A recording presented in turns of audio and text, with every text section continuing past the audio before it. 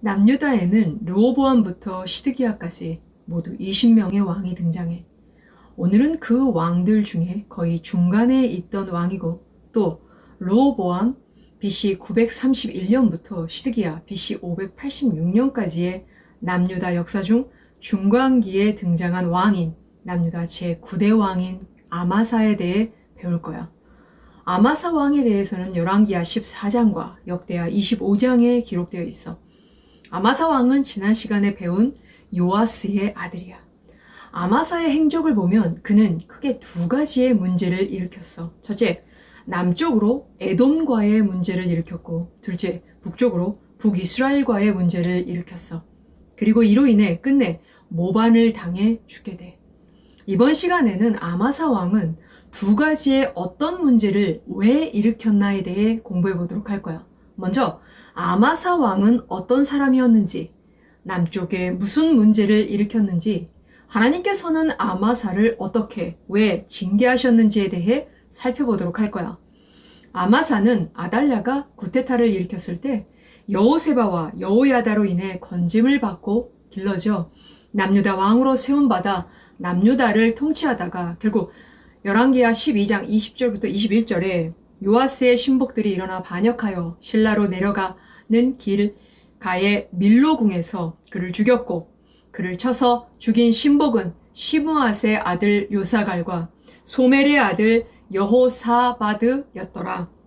그는 다윗성에 그의 조상들과 함께 장사되고 그의 아들 아마사가 그를 대신하여 왕이 되니라 라고 자기 부하들의 반역으로 피살당한 요아스 왕의 아들이야.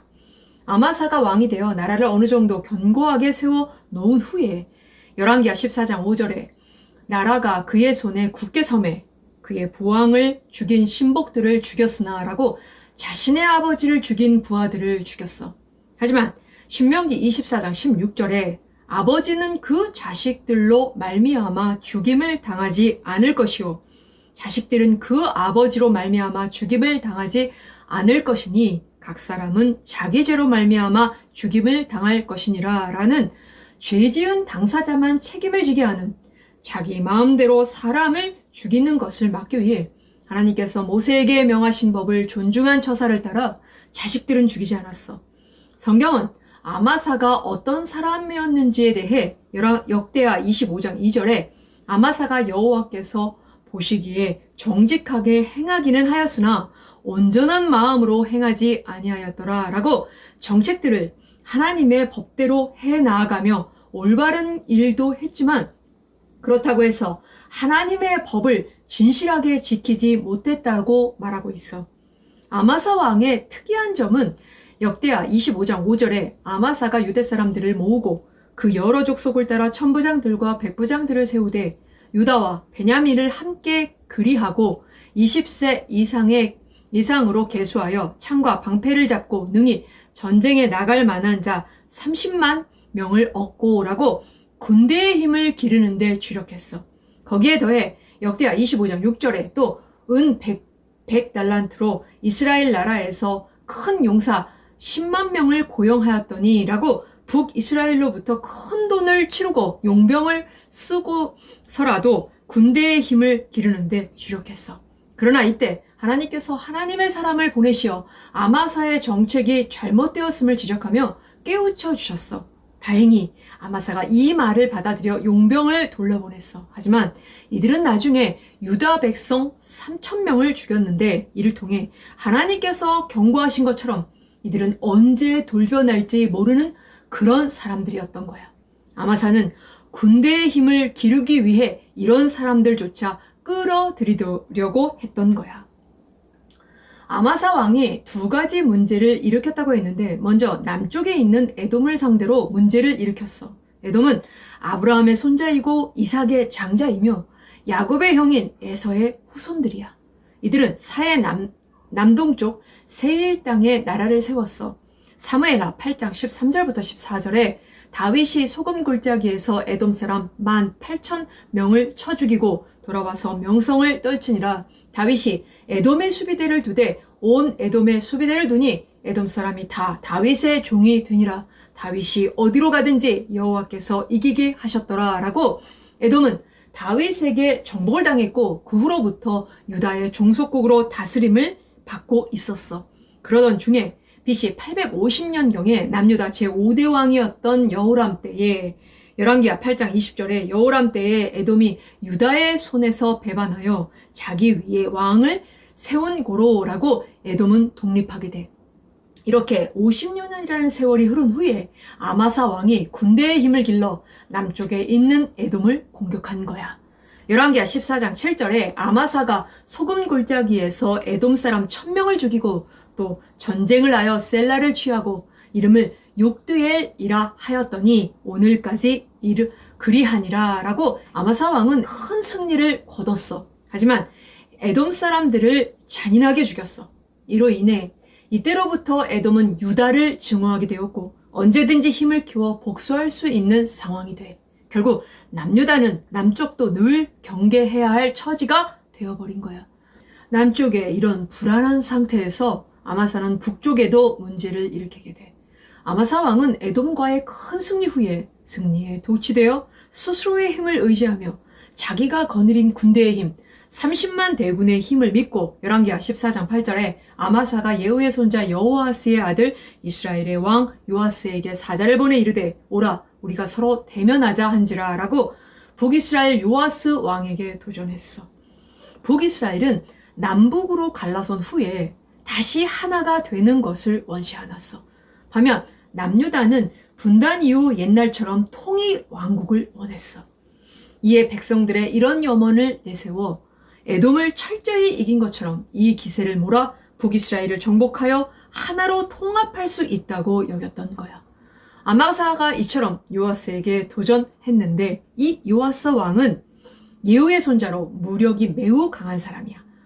요아스가 레바논 가시나무 우화를 들어 고작 작은 승리 하나를 가지고 스스로 멸망의 길로 간다고 철저히 무시하며 강하게 경고했어.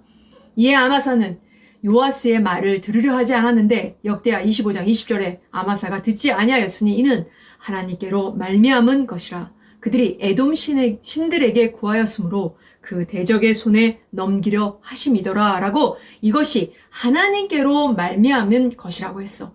요아스가 철저히 무시한 일, 아마사가 요아스의 말을 듣지 않고 밀어붙인 일은 아마사를 징계하려고 한 일인데 그 이유에 대해 그들이 에돔 신들에게 구하였기 때문이라고 말하고 있어. 무슨 말이냐 하면 에돔과의 전쟁 후에 역대하 25장 14절에 아마사가 에돔 사람들을 죽이고 돌아올 때에 세일 자손의 신들을 가져와서 자기의 신으로 세우고 그것들 앞에 경배하며 분향한지라 라고 하나님을 버리고 에돔의 우상을 들어와 섬겼던 거야. 이 때문에 선지자를 보내 경고하셨지만 회개하기는커녕 하나님께서 진노하시어 경고하시는 말씀을 들으려고 하지도 않고 전하는 하나님의 사람을 오히려 위협하고 쫓아냈어. 이에 역대하 25장 16절에 선지자가 그치며 이르되 왕이 이 일을 행하고 나의 경고를 듣지 아니하니 하나님이 왕을 멸하시기로 작정하신 줄 아노라 하였더라 라고 이미 말씀하신 것처럼 20절에 그 대적의 손에 넘기려 하심이더라 라고 아마사를 징계하려고 한 일이라고 하신 거야. 말씀하신 대로 역대하 25장 21절부터 22절에 이스라엘 왕 요아스가 올라와서 유다 왕 아마사와 더불어 유다의 베세메스에서 대면하였더니 유다가 이스라엘 앞에서 패하여 각기 장막으로 도망한지라 라고 베세메스에서 결전을 벌였지만 남유다가 크게 패했고 아마사 왕은 포로가 되었으며 요아스 왕이 예루살렘까지 쳐들어와 역대하 25장 23절에 예루살렘 성벽을 에브라임 문에서부터 성 모퉁이 문까지 400규빗을 헐고 라고 예루살렘 성벽을 회파했으며 성전 안에 있는 기물들과 왕궁의 보물들을 약탈하고 유다 사람들을 인질로 잡아 사마리아로 돌아갈 정도로 철저하게 패배했어. 그리고는 얼마 후 북이스라엘의 요아스 왕이 죽었고 아마사는 풀려난 후에 15년을 더 통치했어. 하나님께서 요아스를 통해 아마사를 징계하신 후 15년이라는 긴 시간을 주셨음에도 불구하고 즉 배교 후 15년 동안 기다려 주셨음에도 불구하고 끝내 회개하지 않고 하나님께로 돌아오지 않았어. 아마도 백성들이 아마사의 이 어리석음으로 인해 자신들이 받은 치욕과 손해가 너무 컸기 때문에 아마사를 비난하게 되었을 거야. 그리고 결국 아마사는 역대하 25장 27절에 아마사가 돌아와서 여호와를 버린 후로부터 예루살렘에서 무리가 그를 반역하였으므로 그가 라기스로 도망하였더니 반역한 무리가 사람들을 라기스로 따라 보내어 그를 거기서 죽이게 하고 라고 자기를 죽이려는 무리들을 피해 라기스 요새로 도망했지만 아마사 역시 자기 아버지 요아스의 죽음과 비슷하게 모반을 당해 암살당하고 말았던 거야. 이스라엘의 왕은 세상의 왕들과는 달라. 이스라엘의 왕은 다른 세상의 왕들처럼 큰 나라를 만들기 위해 다른 나라들을 정복하기 위해 백성들의 삶을 무시하고 백성들을 끌어들여 힘을 키워서 백성들이 무참히 피를 흘리는 것도 불사하고 다른 나라들을 정복해서 군림하는 정복자가 아니야. 이스라엘의 왕은 인도자야. 어떤 인도자냐면 하나님의 백성들이 늘 외세의 침입과 내분으로 인해 불안해하고 혼란해하지 않도록 나라를 든든히 세워야 하고 그저 나 하나 우리 가정 하나 잘 먹고 잘 살면 되지 하고 사는 것이 아니라 백성 한 사람 한 사람이 이스라엘에게 주신 분명한 사명에 집중하며 이를 잘 감당해 나아갈 수 있도록 나라를 안정적으로 잘 다스려야 하는 지도자야. 또한 하나님의 거룩한 백성답게 이 땅 가운데 하나님의 거룩한 나라가 어떠한지를 주신 지경에서 온전히 구체적으로 드러내며 살아갈 수 있도록 백성들을 잘 돌보고 이끌어야 할 지도자인 거야. 하지만 안타깝게도 아마사 왕은 이런 지도자, 이런 인도자가 아닌 정복자가 되기 위해 나아갔던 사람이야. 알겠지?